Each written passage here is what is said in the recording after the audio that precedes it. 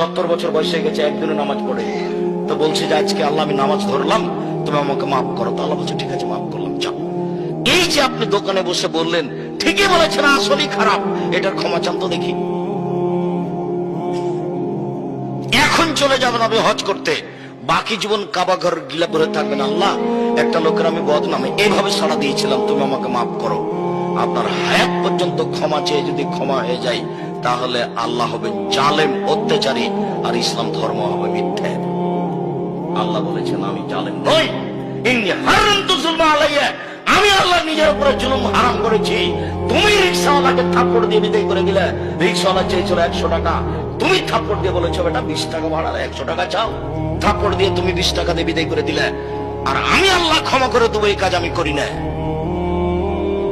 রিকশাওয়ালাকে খুঁজে বের করতে হবে, খুঁজে বের করে বলতে হবে রিকশাওয়ালা বুঝতে পারিনি গো, তোমাকে একটা থাপ্পড় মারা হয়েছে, আমাকে মাফ করো। এই কথার পূর্ব পর্যন্ত পৃথিবীর কোথাও এর ক্ষমা নেই।